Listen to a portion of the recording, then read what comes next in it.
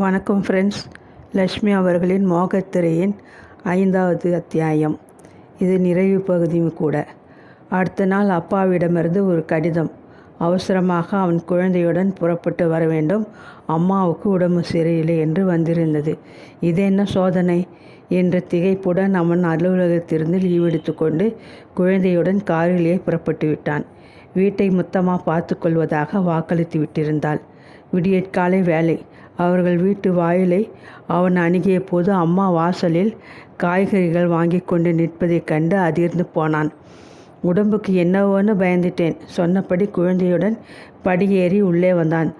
அப்பா பல் துலக்கிவிட்டு வழக்கம் போல காப்பி டம்ளர் ஒரு கையிலும் பத்திரிகை இன்னொரு கையிலுமாக கூடத்து சாய்வு நாட்காலியில் குண்டுக்கல் போல் உட்கார்ந்திருந்தார்.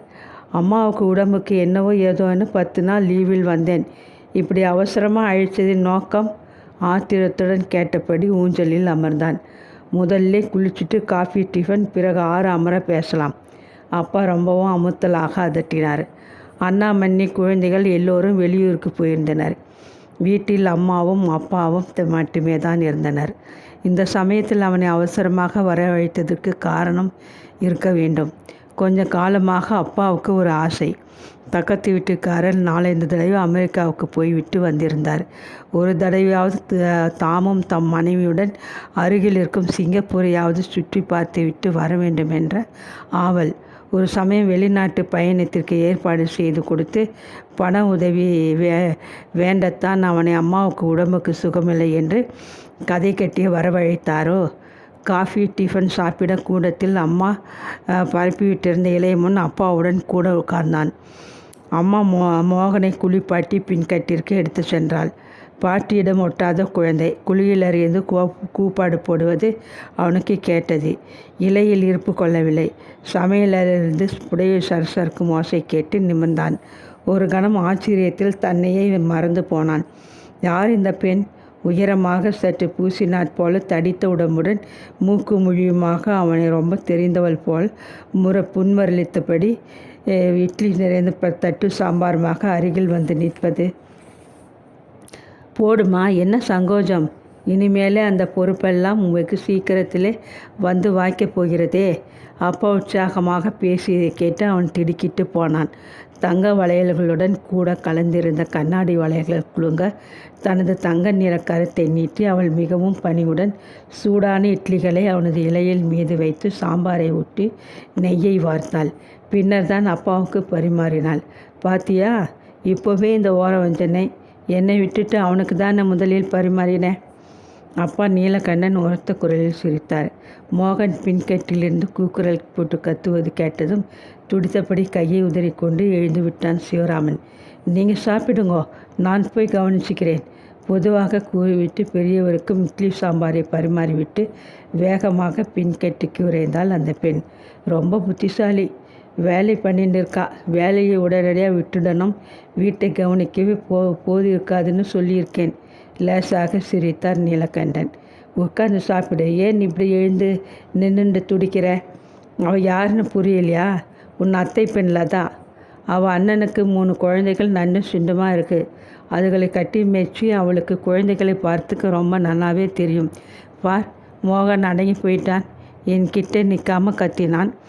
இட்லி எப்படி இருக்குது? மல்லிகைப்பூ போயில்லை? லதா தான் நேத்திக்கு மாவு அரைச்சி கொடுத்தா. சாம்பார் கூட அவள் தான் வச்சா. அவளை பட்டணத்திலிருந்து 4 நாளைக்கு முன்னாடி அப்பா வரவழைச்சிட்டார். நேத்திக்கு அவள் அண்ணனோட பேச்சுவார்த்தைகளை முடிச்சிட்டார். அம்மா விவரித்தாள். அவனுக்கு இப்பொழுது எல்லாம் நன்றாக விளங்கிவிட்டது. கொழுந்து விட்டு கொண்டு எழுந்த கோபத்தை அடக்கி கொண்டு இலையில் உட்கார்ந்தான். வேகமாக சாப்பிட்டு கையை கழுவி கொண்டு வந்தான். மோகனுக்கு மாற்றுடை அணிவித்து தோளில் சாத்தி சமாதானப்படுத்தியபடி தயாராக அவனுக்கு பிசைந்து வைத்திருந்த பருப்பு சாத்தி ஊடியபடி கடைக்கண்ணால் சிவராமனை பார்த்தபடி வந்து ஓரமாக நின்றாள் லதா. பார்த்தியா, அவகிட்ட குழந்தை எப்படி ஒட்டின்ட்டான்? அம்மா உரத்த குரலில் மகிழ்ச்சியுடன் சொன்னதை கேட்டு சிவராமன் பொங்கி போனான். இது என்ன அசிங்கமானதொரு நாடகம்? இதில் இந்த படித்த பெண்ணும் பண்பு கெட்டு பங்கெடுத்து கொண்டிருக்கிறாளே. மனம் குமுறியது அவனுக்கு. என்னடா, நாங்கள்லாம் பேசிகிட்டு இருக்கோம், திருன்னு முழிக்கிற? பல விஷயம் இருக்கு பேச. இப்படி உட்கார். ஊஞ்சலில் தம் அருகே இருந்த இடத்தை சுட்டி காட்டினார் அப்பா. என்னப்பா இந்த மூடு மந்திரம், ரொம்ப வேடிக்கை பண்ணுறேலே? ஆத்திரத்தை அடக்கி கொண்டு அடிக்குரலில் கேட்டான். வேடிக்கை இல்லை, முறையாகத்தான் எல்லாம் செய்கிறேன். மாயா போய் 1 வருஷம் முடிஞ்சிட்டுது. தேவசம் செஞ்சு முடிச்சிட்ட. இனிமேலாவது உன் வாழ்க்கையை பற்றி நீ முடிவு எடுக்க வேண்டாமா? லதா ஏற்கவே நான் பார்த்த பெண். அந்நியமில்லையே. என் ஒன்று வீட்டை தங்கை பெண். அதனாலே இந்த கல்யாண மாதத்துலேயே ஒரு முகூர்த்தம் பார்த்து உனக்கும் அவளுக்கும் கல்யாணத்தை முடிச்சிடணும்னு தீர்மானம். இது உங்கள் தீர்மானம். என் தீர்மானத்தை பற்றி தெரிஞ்சிக்க வேண்டாமா? ஏண்டா மறுபடியும் காதல் கத்திரிக்காயின்னு உங்கள் ஆஃபீஸில் யாரையாவது பார்த்து வச்சுருக்கிறியா? ச்சே, அந்த அப்பா எத்தனை மட்டமாக அவனை ஒரு நொடியில் எடை போட்டு விட்டார். தனியாக ஒரு வேலைக்காரியை வீட்டை கவனிச்சுக்க போட்டுண்டு ஏனோ குடுத்தனம் பண்ணுறியாமே, அது சாத்தியப்பட்ட சங்கதியா? நடந்ததை மறந்துட்டு நீ சந்தோஷமாக இனியாவது வாழ வேண்டாமா? சந்தோஷமாக தானே இருக்கேன். பேய் எரிஞ்சாப்பில் மூஞ்சியை பார்த்தாலே பொண்டாட்டி செத்தவன்னு சொல்லலாம். வீணாக விவாதம் செய்யாதே அப்பா. அண்ணா எல்லோரும் சேர்ந்து ஏகமானதாக தீர்மானிச்சது, அம்மா சொன்னாள். அம்மா ஒரு பக்கமே பேசுகிறேளே, நீங்கள் அந்த பெண்கிட்ட விஷயத்தை கேட்டு முடிவு செய்தேலா? நான் பேசுகிறதெல்லாம் கேட்டுட்டு இங்கே தானே நிற்கிறா. அவளுக்கு இந்த கல்யாணத்தில் சம்மதம் இல்லாட்டா நிற்பாளா? நாங்கள் தான் இதில் இறங்குவோமா? சற்றென்று திரும்பி லதாவை பார்த்தான் சிவராமன். லேசான முகம் சிவந்து இதற்கிடையில் ஒரு குறுநகையும் கண்களிலும் பளபளப்புமாக குழந்தையை அமர்த்தி கொண்டு நின்று கொண்டிருந்தாள். அம்மா, நீங்களும் லதாவும் முதலில் ஏதாவது சாப்பிடுங்க. பசியாக இருப்பேள். பிறகு எனக்கு லதா கிட்ட கொஞ்சம் பேசணும். குப்பென்று முகம் சிவந்து போனாள் லதா. அப்பாவும் அம்மாவும் ஒரு அர்த்தபாவத்துடன் பார்த்து கொண்டனர். சிறிது நேரத்தில் அம்மாவும் லதாவும் காஃபி டிஃபனை வேகமாக முடித்துக்கொண்டு சமையல் அறையிலிருந்து வெளிப்பட்டனர். முதல்ல நான் லதா கிட்ட பேசி முடிச்சிடுறேன். பிறகு உங்கள் 2 பேர்கிட்டையும் வந்த விஷயத்தை சொல்கிறேன். வெற்றிலைக்கு சுண்ணாம்பு தடவி நரம்பு கிழித்து கொண்டிருந்த நீலகண்டன் உற்சாகத்துடன் அதை சுருட்டி வாயில் போட்டு மென்றார். வாயில் நிறைந்த வெற்றிலையை சாற்றி துப்ப முடியாதபடி முகத்தை நிமித்தி கொண்டு பேஷ், அப்படியே செய் என்றார். இப்படி தோட்டப்பக்கம் வர முடியுமா? சொல்லிக்கொண்டே பின்னால் இருந்த கிணற்று மேடையை நோக்கி நடந்தான் சிவராமன். குழந்தை மோகனை நான் தூக்கி கொண்டு ஜாடை காட்டி லதாவை பின்னால் தள்ளிவிட்டாள் அம்மா. துவைக்கிற கல் மேலே உட்காந்துக்கோ, நான் நின்றுட்டே பேசுகிறேன் ஆரம்பித்தான் அவன். தலையை குனிந்தபடி லதா கல் மீது மெல்ல உட்கார்ந்து கொண்டாள். அவள் முகம் இன்னமும் சிவப்பாகவே இருந்தது. இந்த கல்யாணத்தை பற்றி என் அப்பா, உன் அம்மா, அண்ணா எல்லோரும் முடிவு செய்திருப்பது வாஸ்தவம். உன் அபிப்பிராயத்தை யாராவது கேட்டாளா? நிமிர்ந்து மெல்ல அவனை பார்த்தபடி ஆமாம் என்று தலையை அசைத்தாள். நீ என்னை கல்யாணம் செய்துக்க ஒப்புக்கொண்டாயா? ஆமாம். கிணற்றுக்குள்ளிருந்து பேசுவது போல மெல்லிய குரலில் பதிலளித்தாள். முகம் உன்னை விட இரத்தமாகியது. 2வது மனைவியாக என்னை கல்யாணம் செய்துக்க நீ ஒப்புக்கிறியா?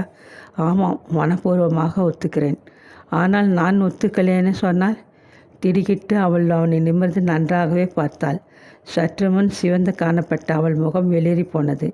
பேச முடியாத உணர்ச்சி வசத்தில் அவள் உதடுகள் துடிப்பதை பார்த்தான். ஐ எம் சாரி லதா, உன்னை என் அப்பாவும் அம்மாவும் இப்படி அவமானப்படுத்தி இருக்க வேண்டாம்.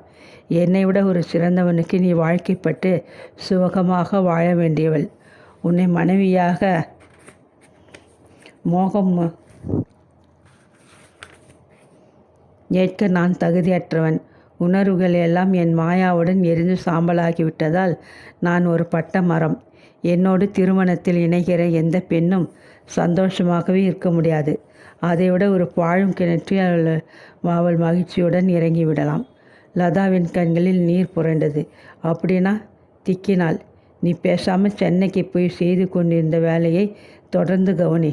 உனக்குன்னு ஆண்டவன் போட்டிருக்கிறவன் குறித்த நேரத்தில் வருவான். எங்கள் அப்பா அம்மாவின் சூழ்ச்சியில் மாட்டிக்காத. முகத்தில் அடித்தாற்போல் சொல்ல என் மனம் கூசுகிறது. என்னால் உன்னை கல்யாணம் செய்துக்க முடியாது. அதற்கு மேல் லதா அங்கு தாமதிக்கவில்லை.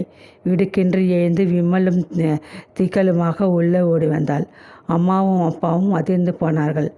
அப்பா கோபத்துடன் பின்பக்கம் ஓடி வந்தார். அம்மா குழந்தையை இடுப்பில் தூக்கிய வண்ணம் பின்தொடர்ந்தாள். லதா அழறாளிடா, என்ன சொன்ன? அப்பா அதட்டினார். நீங்கள் போட்ட இந்த அசிங்கமான நாடகத்திலே அவள் பங்கு எடுத்துக்கொண்டது தவறுன்னு சொன்னேன். நீ என்ன தான் நினச்சிட்டு இருக்க? அப்பா உறக்க கத்தினார். நம்ம வீட்டு செய்தி 4 வீட்டுக்கு தெரியணும்னா ஓங்கி கத்துங்கோ. ஆனால் உடனே மறக்காதீங்க. அனாவசியமாக ஒரு பாவமும் அறியாத ஒரு பெண் மனதை குழப்பி இல்லாத ஆசைகளை தூண்டிவிட்டு அவளை 2ஆம் தார கல்யாணத்துக்கு சம்மதிக்க வச்சிருக்கேள். நான் கல்யாணம் செய்துக்க முடியாதுன்னு மறுப்பு தெரிவித்தது உங்கள் மூலம் 4 பேருக்கு தெரிஞ்சால் பாவம் அந்த பெண்ணின் வாழ்க்கையில் பாதிப்பு ஏற்படும். என்னடா சொல்கிற? முடிவாக சொல்கிறேன். லதாவை நான் கல்யாணம் செய்துக்க மறுக்கிறேன். என்னை வற்புறுத்த உங்கள் இருவருக்கும் உரிமை கிடையாது. இப்போ எனக்கு புரிகிறது. இவன் மறுபடியும் காதல் வலையிலே மாட்டிக்கொண்டு இருக்கிறான். இப்படி சின்னத்தனமாக பேச உங்களுக்கு மனம் வருதே, அதை நினச்சா சிரிக்கிறதா அழறதான்னு தெரியலையப்பா. ஒரு வழியில் நான் காதல் வலையில் தான் சிக்கியிருக்கிறேன். மாயா மேலே எனக்கு ஏற்பட்ட காதல் எண்ணம் பசுமையாக தான் இருக்குது. பேத்தாதே. மோகம் 30 நாள், ஆசை 60 நாள் என்பா. 1 வருஷத்துக்கு மேலாச்சு. இன்னமும் போனவளை பற்றி நினச்சி உருகிறானாமா. அப்பா சீறினார். மோகம் 30 நாள் இல்லைப்பா. மாயாவை பொறுத்தவரையில் என் மனசிலே அவள் மோகம் 3000 வருஷத்துக்கு தங்கும். அது மனதை விட்டு நகரக்கூடாதுன்னு அவள் தன் நினைவாலே என் மனதை சுற்றி ஒரு இரும்பு திரை போட்டிருக்கா. அந்த மோகத்திரையை உடைச்சுண்டு எந்த பெண்ணும் என் மனதை தொட்டி விட முடியாது. இந்த சின்ன வயசில் ஏண்டா இப்படி ஒரு விரக்தி? இதே மாதிரியான நிலையிலே மாயா இறந்திருந்தால், நான் இறந்து அவள் விதவையாகி விட்டிருந்தால், நீங்களெல்லாம் இறக்கப்பட்டு அவளுக்கு மறுமணம் செய்விக்க ஆசைப்பட்டிருப்பேளா? இது என்ன குதர்க்கமான பேச்சு? ஆணும் பெண்ணும் சமமாயிடுமாடா? மற்றவங்களோட அபிப்பிராயம் வேறாக இருக்கலாம். ஆனால் என்னை பொறுத்தவரை நானும் மாயாவும் சரிநிகர் சமம். ஒருத்தருக்காக ஒருத்தர் வாழ்கிறவங்க.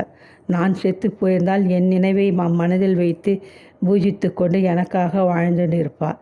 இப்போ அவள் என்னை முந்தி கொண்டதாலே அவள் நினைவுக்காக நான் வாழ விரும்புகிறேன். இதுதான் உன் முடிவா? ஆமாம் அப்பா, தீர்மானமான முடிவு.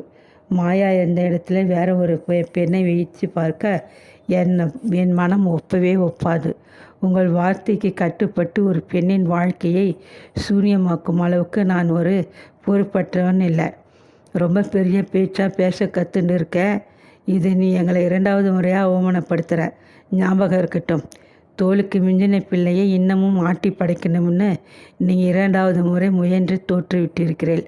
ஞாபகம் இருக்கட்டும். அப்பாவை எதிர்த்து பேச நன்னாவே கற்றுன்ருக்க. அம்மா குரல் தழுத்தழுத்துது. உங்களுக்கும் எனக்கும் வந்துள்ள ஒரு பெரிய பழி என் முடிவால் விரைவில் விலகி போகும் என்பதையும் சொல்ல வேண்டியிருக்கு. உங்களுக்கு தெரியுமா அம்மா, மாயா தீ விபத்தில் இறந்து போனது உண்மை என்றாலும் நான் குடியிருக்கும் இடத்தில் உள்ள சிலரும், ஆஃபீஸில் வேலை பார்க்கிற சிலரும் இன்னமும் நம்பவில்லை. நீங்களும் நானும் சேர்ந்து திட்டமிட்டு கொலை செய்து விட்டதாக ஒரு பழி சமை சூழ்ந்து நிற்கு. மாயாவுக்காகவே நான் வாழ்கிறேன். என் குழந்தையை அவளுக்காகவே வளர்த்து ஆளாக்குகிறேன் என்பதை காலம் சொல்லும். அப்போ எல்லோரும் உண்மை உணர்வார்கள். சொல்லிக்கொண்டே தாயின் இடுப்பில் இருந்த தன் மகனை கை நீட்டி வாங்கி கொண்டான். அம்மா, அப்பா, என் முடிவை சொல்லிவிட்டேன். இனி இங்கே ஒரு நிமிஷம் தாமதிப்பது உங்களுக்கும் நல்லதல்ல, அந்த பெண்ணுக்கும் நல்லதல்ல. எனக்கும் மரியாதை இல்லை. எப்போ உங்களுக்கு தேவைப்படுறதோ அப்போ என் வீட்டுக்கு அப்பாவோ அம்மாவோ 2 பேரும் சேர்ந்தே வரலாம். என் வீடு எப்பவும் உங்களுக்காக திறந்திருக்கும். என் உதவி எப்போவும் உங்களுக்கு உண்டு. குழந்தையை ஆசீர்வாதம் பண்ணுங்க. நாங்கள் இப்போவே புறப்படுகிறோம் என்று சொல்லிவிட்டு தாத்தாவுக்கு டாட்டா சொல் மோகன் என்றான். குழந்தை மகிழ்ச்சியுடன் சிரித்தபடி கையை அசைக்க பார்வதி கண் கலங்கி போக அப்பா கோபவேசத்துடன் வெறிக்க சமையலிருந்து லேசாக வெளிவந்த விசும்பல் ஒளியை கேளாதவனாக வாய்க்கதவை திறந்து கொண்டு குழந்தையுடன் காரில் ஏறி கொண்டான். கார் புறப்பட்ட போது அவன் பக்கத்தில் அரூப வடிவிலே மாயா அமர்ந்து கொண்டு, என்னை ஏமாற்ற மாட்டேன்னு தெரியும். ஏன்னா நான் உங்களை காதலிக்கிறேன், உங்களுக்காக காத்திருப்பேன் என்று கிசுகிசுப்பது போன்ற பிரமையிலே லேசான மனதுடன் காரை வேகமாக ஓட்டி கொண்டு சென்றான். மோகத்திரையின் கடைசி பகுதி முடிவுற்றது. நண்பர்களே, உங்களோட சப்போர்ட்டுக்கு என்னுடைய நன்றிகள் பல. நன்றி, வணக்கம்.